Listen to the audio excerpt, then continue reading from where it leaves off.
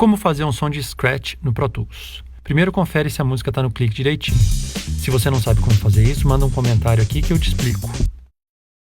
Pega uma batida da música,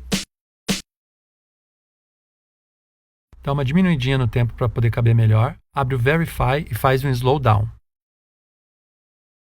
Depois duplica esse trecho e faz um reverse nele. Copia essas duas partes para o beat. Está feito o seu scratch. Se você gostou, curte e compartilha e salva essa dica para você poder ver depois.